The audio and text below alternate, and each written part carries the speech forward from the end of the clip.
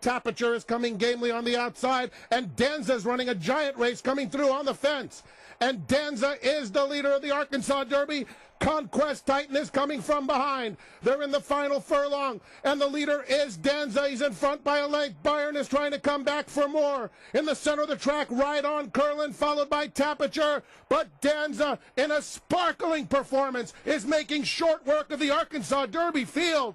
Danza is the boss as he wins by 5. Hi, this is Lucas Markworth with the Thoroughbred Daily News. The Todd Pletcher-trained Danza was a late arrival on the Triple Crown scene with his upset win in the Arkansas Derby. We caught up with owner Aron Wellman and asked him if he was concerned Danza had a pedigree to go 1.25 miles. I mean, he's always kind of acted like a horse that would thrive with more ground to work with, despite his pedigree. What's interesting is that he's got a half-brother that won a 1.5 mile dirt race at Santa Anita, grade 3, a couple weeks ago. So there's definitely some stamina influence on the bottom side, which bodes well. But he's always kind of trained, and even in his races, he's indicated that more distance would suit him. So he certainly proved that in the Arkansas Derby, and it didn't seem like the 9 furlongs was any problem whatsoever. And hopefully the added furlong will suit him well as well. So yeah, I think, you know, everybody looks at Street Boss and says, well, he was a sprinter. But if you look at Street Boss's pedigree, being by Street Cry, who's by Machiavellian, there's a lot of stamina in that pedigree, and nobody really knows if Street Boss could have routed because he was never given the opportunity. So there's no telling what he might have been able to do as a route horse. So, you know, we got to take them all as individuals, and Danza certainly seems like, you know, 1.1 miles, 1.25 miles is well within his scope. Well, I think he's just got to find a comfortable rhythm. You know, the Derby, you kind of just have to play the hand you're dealt. There's so many horses, so much movement going into the first turn.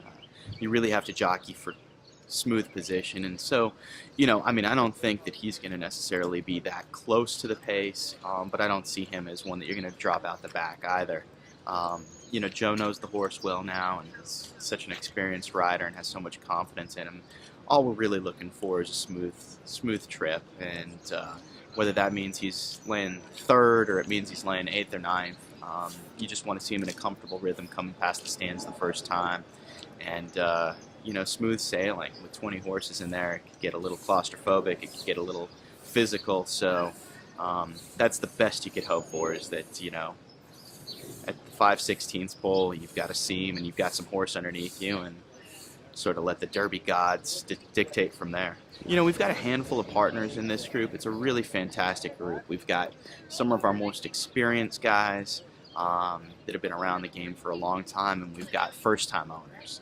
So it's a really fun blend of personalities, and to be able to see all of them go through this experience through their eyes is really special. So it's a great group. It's not a particularly large group. It's not a small group. It's just a really comfortable fit for everybody, and everybody's pretty psyched.